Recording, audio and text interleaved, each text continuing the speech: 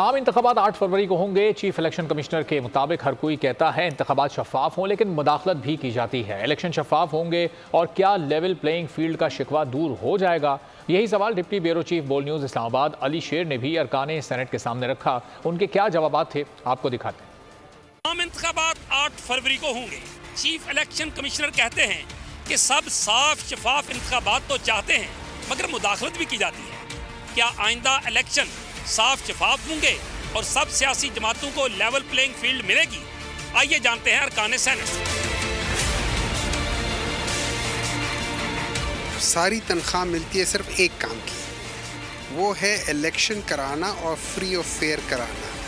अगर वो ये समझता है कि मुदाखलत की वजह से या किसी वजह से वो ये नहीं करा सकता, तो उसको उसूलन उस सीट पे होना ही नहीं चाहिए। वो अभी तक जो उसके इर्द गिर्द इलेक्शंस के माहौल है वो तो ऐसा नहीं लग रहा, और लोगों को असल तो टेस्ट ये है कि जब इलेक्शंस हो जाएंगे उसके बाद क्या हम ये जो पोलराइजेशन और माहौल में तलखी है वो कम होगी। अपने जोरे बाजू पे इलेक्शन लड़ें, जाएं, और एक पार्टी ने 15 साल हुकूमत की है, वो बताए 15 साल में क्या किया है।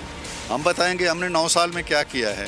दूसरी ने 4 साल हुकूमत की है, वो बताए, और 15 साल वहाँ की है खैबर में, वो बताएं हमने क्या किया है। तो अवाम अंधे नहीं है। हमारी ख्वाहिश होगी कि इलेक्शन फ्री एंड फेयर हो, 2018 की तरह ना हो।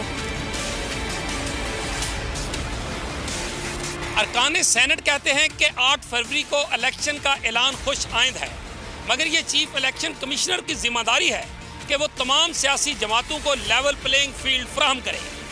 कैमरामैन अफजाल चौधरी के साथ अली शेर, बोल न्यूज़ इस्लामाबाद। सब्सक्राइब करें और बेल दबाएं ताकि कोई खबर रह न जाए।